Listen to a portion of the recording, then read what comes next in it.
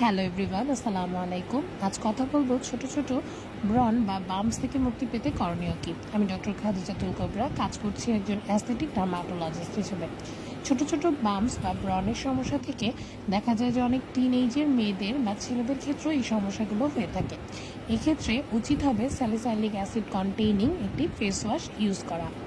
এছাড়াও আপনার ত্বকের রেগুলার স্কিন কেয়ারে যা ইউজ করতে হবে তা হলো প্রতিবার শাওয়ার নেওয়ার পরে একটি ময়শ্চারাইজার। আর সানব্লক তো আছেই। সকাল 9টা থেকে বিকাল 4টার মধ্যে 3 ঘন্টা পর পর অবশ্যই সানব্লক রিঅ্যাপ্লাই করতে হবে।